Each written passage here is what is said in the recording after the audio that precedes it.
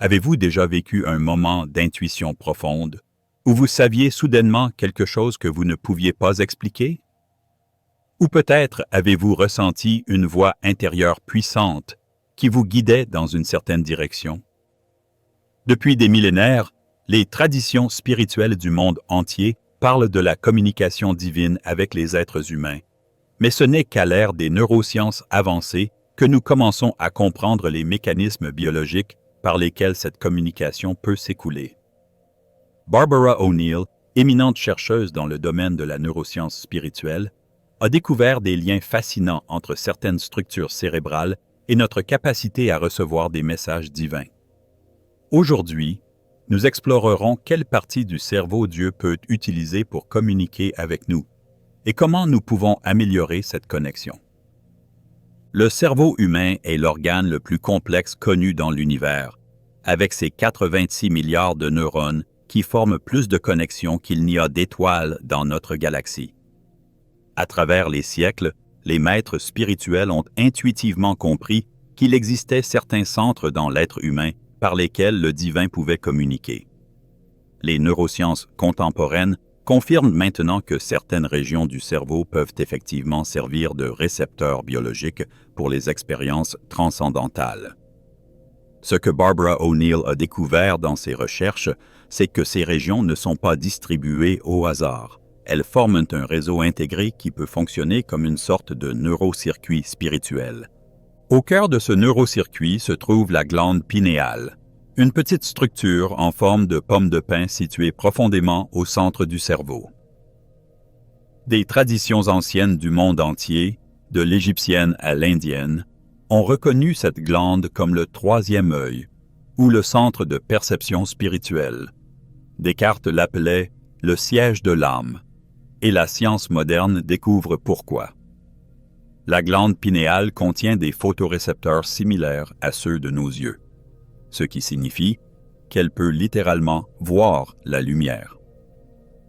Plus fascinant encore, elle peut produire de la DMT, diméthyltryptamine, une molécule que beaucoup appellent la molécule de l'esprit, en raison de sa capacité à induire de profondes expériences spirituelles. Barbara O'Neill explique que la glande pinéale n'est pas seulement une glande endocrine qui régule notre cycle de sommeil par la production de mélatonine. Elle représente un ancien récepteur de lumière qui peut traduire les fréquences cosmiques en signaux biochimiques que notre cerveau peut comprendre. Lorsque nous méditons, prions ou entrons dans des états contemplatifs profonds, l'activité de la glande pinéale s'intensifie, ce qui peut expliquer les visions et les profondes intuitions qui accompagnent souvent ces états. Certains scientifiques croient maintenant que la glande pinéale peut fonctionner comme un résonateur quantique, capable de communiquer avec des champs au-delà de notre continuum espace-temps habituel. Une autre composante clé du neurocircuit spirituel est le cortex préfrontal, une zone située juste derrière le front. Cette partie du cerveau est associée aux fonctions cognitives supérieures, y compris la conscience de soi, le jugement moral et la capacité de pensée abstraite. O'Neill souligne que le cortex préfrontal est particulièrement actif pendant la méditation et la prière. Lorsque nous expérimentons un sentiment de présence divine, le cortex préfrontal présente des modèles d'activation uniques qu'on ne voit pas dans d'autres états mentaux. Cette région du cerveau, qui est la plus développée chez les humains par rapport aux autres animaux, pourrait être essentielle à notre capacité unique à conceptualiser et à expérimenter le transcendant. Le cortex insulaire, caché profondément à l'intérieur du cerveau, joue un rôle crucial dans notre capacité à ressentir de l'empathie et un sentiment de connexion avec les autres. O'Neill suggère que cette partie du cerveau pourrait être responsable du sentiment d'unité et de connexion avec tous les êtres vivants qui accompagnent souvent les expériences spirituelles profondes. Quand les gens décrivent un sentiment d'unité avec tout ce qui existe, ou d'amour divin, qui transcende l'amour humain ordinaire, le cortex insulaire montre une activité intense. Cette région pourrait être le fondement biologique de notre capacité à expérimenter ce que les mystiques appellent l'amour universel ou la compassion divine. Les lobes temporaux, particulièrement leurs parties antérieures, ont longtemps été associés aux expériences spirituelles et religieuses. Le neurologue V.S. Ramachandran a observé que les patients souffrant d'épilepsie du lobe temporal éprouvent souvent d'intenses expériences religieuses pendant leur crise. Barbara O'Neill élargit cette compréhension, expliquant que les lobes temporaux contiennent des circuits neuronaux qui peuvent interpréter la perception sensorielle ordinaire comme quelque chose de profondément significatif. Quand Dieu communique avec nous, suggère O'Neill, ces circuits peuvent être activés pour donner une signification transcendantale aux événements ordinaires. Cela pourrait expliquer pourquoi les personnes spirituelles voient souvent des signes ou des synchronicités dans les événements quotidiens.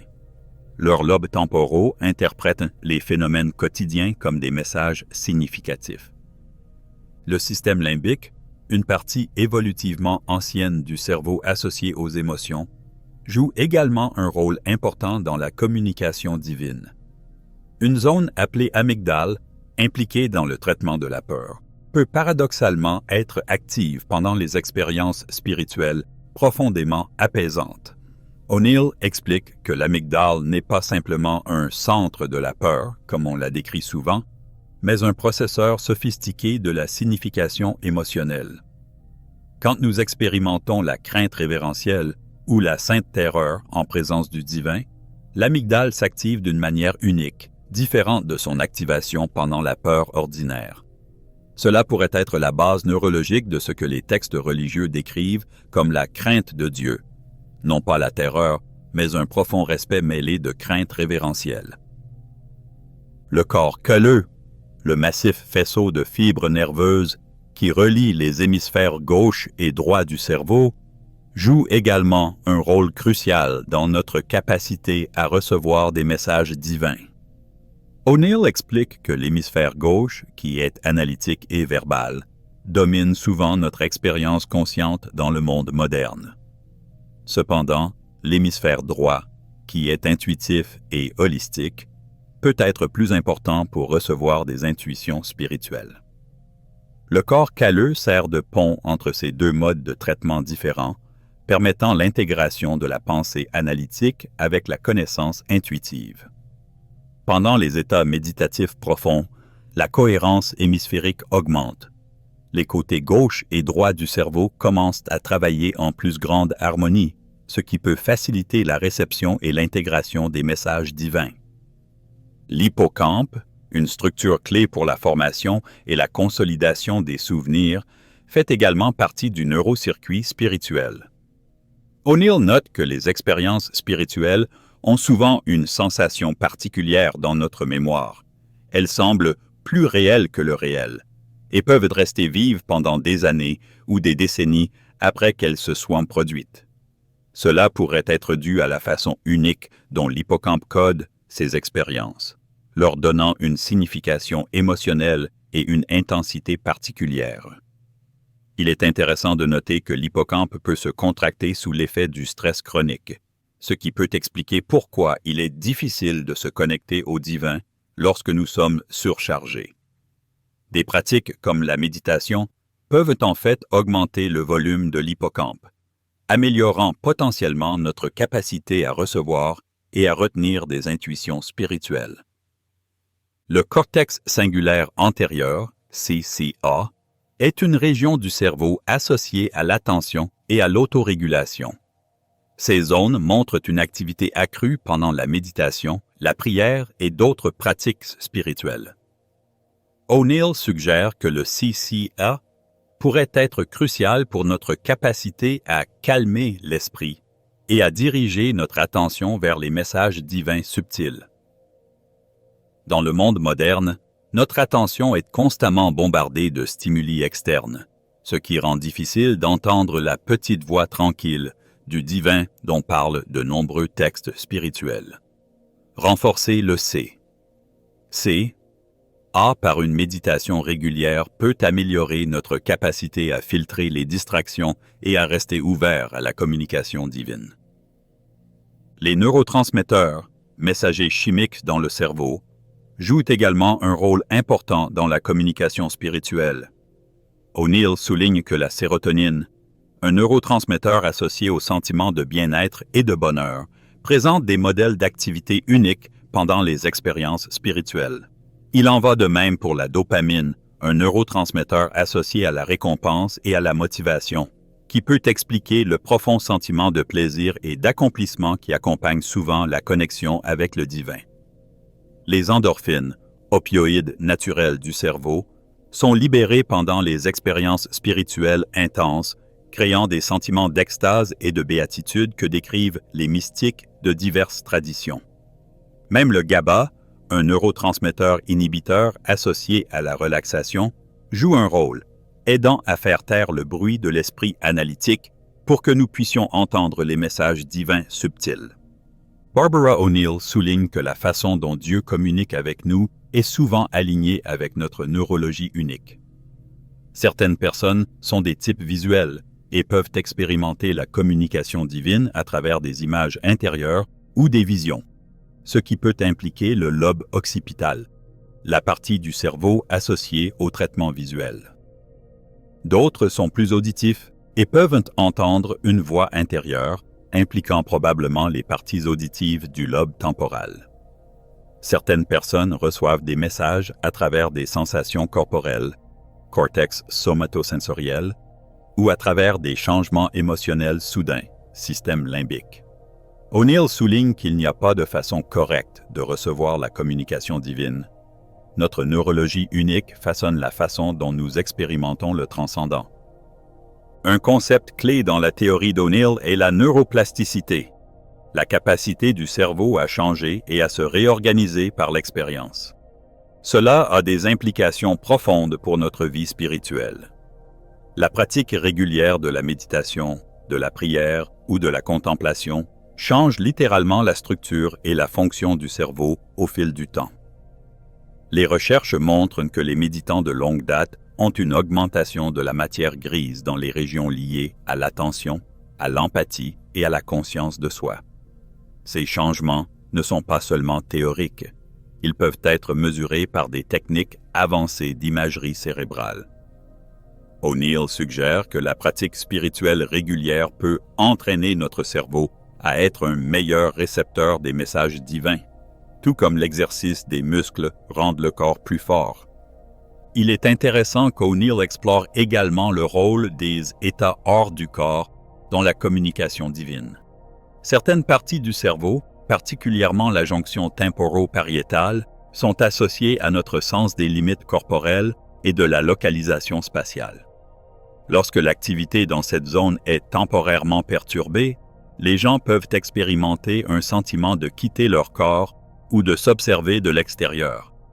O'Neill suggère que ces états peuvent représenter une soupape de décharge, qui permettent à la conscience de transcender temporairement les limitations habituelles du corps et du cerveau, facilitant potentiellement une forme plus directe de communication divine.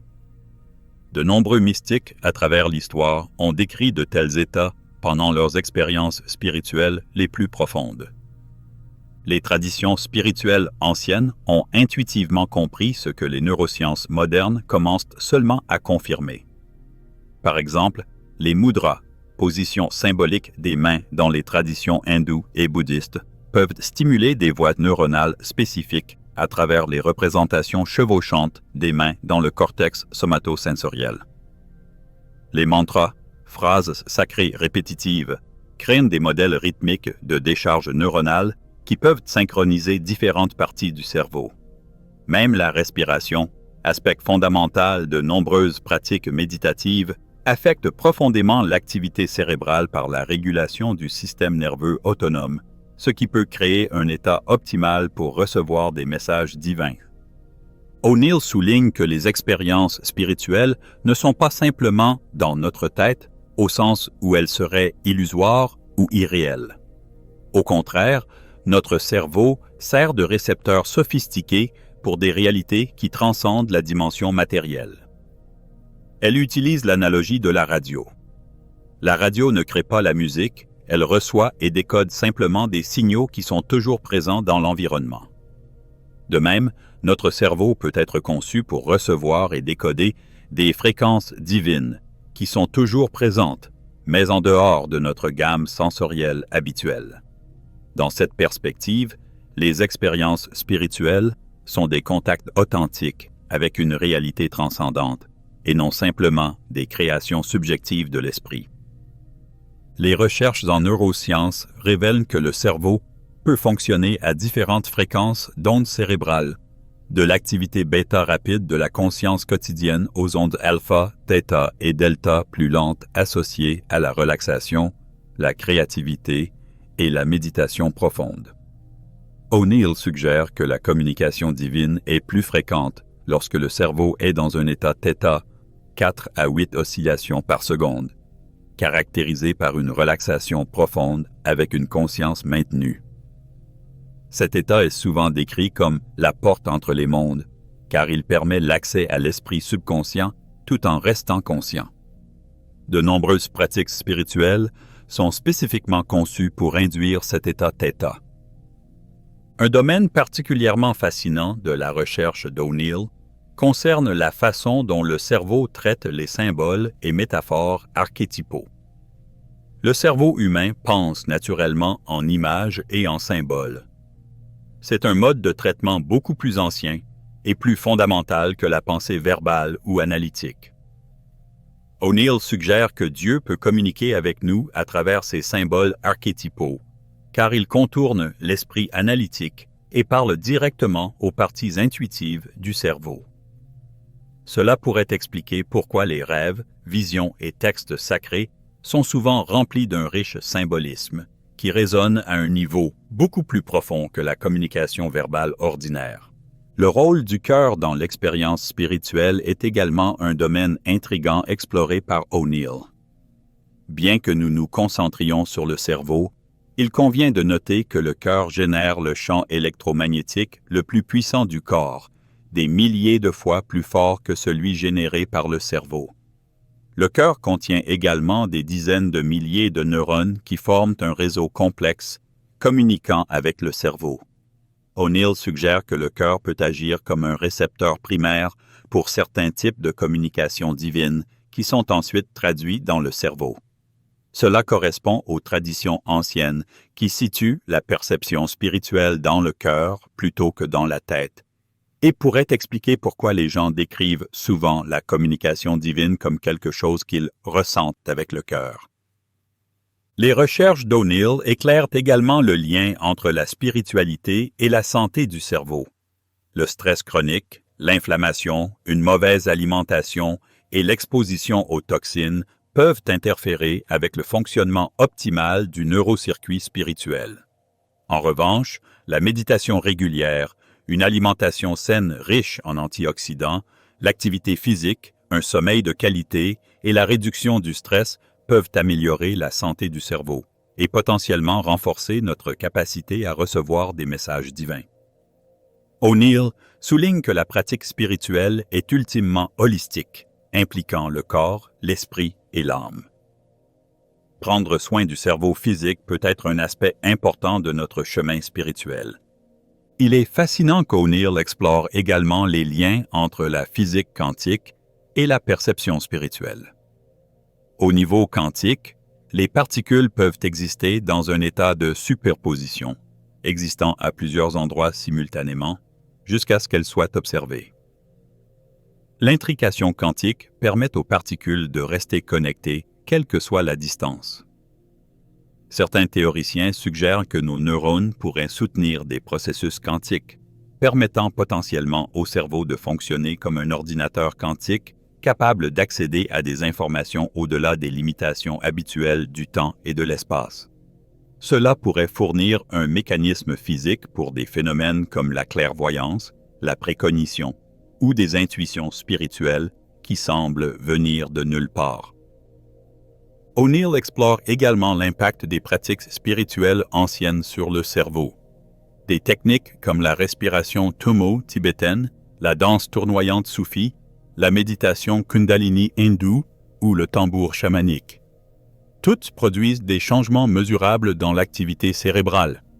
Bien que ces pratiques se soient développées dans différentes cultures, Elles partagent des éléments communs: manipulation de la respiration, utilisation du rythme ou de la répétition, et redirection de l'attention. O'Neill suggère que ces pratiques ont peut-être été découvertes intuitivement comme des moyens d'optimiser le cerveau pour la communication divine, et maintenant la science moderne peut le confirmer. L'un des aspects les plus intrigants des recherches d'O'Neill concerne les expériences de mort imminente, EMI. Les personnes qui survivent à une mort clinique rapportent souvent des expériences extraordinaires impliquant de la lumière, un sentiment d'amour, des rencontres avec des êtres spirituels et une revue de vie. Les sceptiques rejettent souvent ces expériences comme des hallucinations causées par un cerveau mourant, mais O'Neill souligne une contradiction fascinante. Comment un cerveau manquant d'oxygène, qui devrait montrer une fonction réduite, peut-il produire certaines des expériences les plus complexes, cohérentes et significatives de la vie d'une personne? Elle propose une explication alternative. Peut-être que les EMI sont des aperçus authentiques d'une réalité transcendante qui deviennent accessibles lorsque les filtres habituels du cerveau sont temporairement désactivés. O'Neill explore également la dimension spirituelle de la latéralisation hémisphérique, les différentes spécialités fonctionnelles des côtés gauche et droit du cerveau. L'hémisphère gauche, qui est dominant chez la plupart des gens, est spécialisé dans le traitement analytique, linéaire et verbal. L'hémisphère droit est plus holistique, intuitif et non-verbal. O'Neill suggère que la culture moderne, avec son accent sur la logique, le langage et l'analyse, favorise les fonctions de l'hémisphère gauche, limitant potentiellement notre accès à la conscience intuitive et holistique de l'hémisphère droit, qui pourrait être plus importante pour recevoir des messages divins. Les pratiques spirituelles peuvent aider à équilibrer ces hémisphères, permettant une conscience plus intégrée. L'un des défis dans l'étude de la neuroscience spirituelle est de distinguer la corrélation de la causalité. Quand nous voyons certains modèles d'activité cérébrale pendant les expériences spirituelles, cela ne signifie pas nécessairement que le cerveau a créé cette expérience. O'Neill utilise l'analogie de tomber amoureux. Le fait que nous puissions identifier des corrélats hormonaux et neurologiques de l'amour n'annule pas l'authenticité ou la signification de cet amour. De même, identifier des corrélats neurologiques d'expériences spirituelles ne diminue pas leur authenticité ou leur signification. Le cerveau peut être le médium à travers lequel nous expérimentons le divin et non la source de l'expérience elle-même. O'Neill souligne que même avec tous nos aperçus neuroscientifiques, il y a un élément de mystère dans la communication divine qui transcende la compréhension scientifique. La spiritualité n'est pas simplement un phénomène cognitif ou neurologique. Elle implique des aspects de notre être que nous ne pouvons peut-être pas complètement mesurer ou comprendre par des méthodes scientifiques. Elle met en garde contre le réductionnisme qui réduirait de profondes expériences spirituelles à de simples activités cérébrales. Au lieu de cela, elle propose une approche intégrative qui reconnaît comment les dimensions biologiques, psychologiques, socioculturelles et spirituelles façonnent ensemble notre expérience du divin. Les implications pratiques des recherches d'O'Neill sont vastes. Elle propose diverses méthodes pour optimiser notre cerveau pour recevoir des messages divins. Celles-ci incluent la méditation régulière qui augmente la matière grise dans des régions cérébrales clés, des pratiques de pleine conscience qui renforcent le cortex préfrontal, des exercices de respiration qui équilibrent le système nerveux autonome, des mantras et des chants qui créent des ondes cérébrales cohérentes, des mouvements et des danses qui intègrent différentes parties du cerveau, et une alimentation riche en acides gras oméga 3, antioxydants et micronutriments qui soutiennent une santé cérébrale optimale. Elle souligne que la préparation à la communication divine est un processus holistique qui implique le corps, l'esprit et l'âme. La théorie d'O'Neill a également des implications plus larges pour comprendre le potentiel humain. Si notre cerveau est véritablement conçu pour la communication avec le divin, Cela suggère que la spiritualité est un aspect fondamental de l'expérience humaine, et non simplement un artefact culturel ou un mécanisme psychologique d'adaptation. Cela remet en question les visions matérialistes qui réduisent la conscience à de simples fonctions cérébrales. Au lieu de cela, elle suggère que la conscience est peut-être plus fondamentale que la matière et que notre cerveau peut être un récepteur sophistiqué pour cette conscience universelle, plutôt que sa source. Cette perspective comble le fossé entre la compréhension scientifique et la sagesse spirituelle, offrant une approche intégrative de l'expérience humaine. Dans la dernière partie de ses recherches, O'Neill considère comment différentes traditions religieuses et spirituelles peuvent refléter différents styles d'organisation neurologique. Certaines traditions mettent l'accent sur des pratiques rituelles hautement structurées, engageant potentiellement des parties du cerveau associées à la routine et à la structure, tandis que d'autres soulignent la spontanéité et l'expression émotionnelle, engageant les régions limbiques et expressives du cerveau. Certaines se concentrent sur des concepts abstraits et la philosophie, cortex préfrontal, tandis que d'autres se concentrent sur les pratiques corporelles et les systèmes énergétiques, cortex somatosensoriel et moteur. O'Neill suggère que différentes voies spirituelles peuvent servir différents types neurologiques, permettant à différentes personnes de trouver des approches qui résonnent le mieux avec leur organisation cérébrale unique. Enfin, O'Neill explore comment les états de conscience modifient la perception du temps, un phénomène souvent rapporté pendant les expériences spirituelles. Dans une méditation ou une prière profonde, 1 minute peut sembler 1 heure, ou 1 heure peut passer en un instant. Ces expériences peuvent être liées à l'activité du cortex insulaire et des ganglions de la base, des régions impliquées dans notre perception du temps. O'Neill suggère que, pendant la communication avec le divin, nous pouvons transcender temporairement notre expérience linéaire habituelle du temps, nous permettant d'accéder au « maintenant éternel » dont parlent de nombreuses traditions spirituelles. Cela peut être crucial pour recevoir des messages qui viennent d'une dimension au-delà de notre cadre espace-temps habituel. Chers spectateurs, nous avons exploré aujourd'hui le domaine fascinant de la neuroscience spirituelle, à travers les travaux de Barbara O'Neill, qui nous montrent comment notre cerveau peut être divinement conçu comme un récepteur pour la communication avec des dimensions supérieures de conscience. À travers la glande pinéale, le cortex préfrontal, le système limbique et de nombreuses autres structures cérébrales sophistiquées, nous sommes créés avec une capacité intégrée à recevoir et interpréter les messages divins. Ce qui est le plus beau dans cette découverte, c'est que chacun de nous possède ce potentiel incroyable. Notre spiritualité n'est pas quelque chose d'externe ou de séparé de nous. Elle est tissée dans la structure même de notre être, dans l'architecture neurologique qui nous rend humains. Par des pratiques simples comme la méditation, la respiration consciente et la prière focalisée, nous pouvons amplifier ces capacités innées et approfondir notre connexion avec le divin. Dans un monde qui met souvent l'accent sur une compréhension matérialiste et réductionniste de l'expérience humaine, les travaux d'O'Neill offrent une perspective rafraîchissante qui intègre science et spiritualité. Notre cerveau n'est pas simplement un produit accidentel de l'évolution, mais peut être un instrument soigneusement conçu pour relier le fini à l'infini, le matériel au transcendant.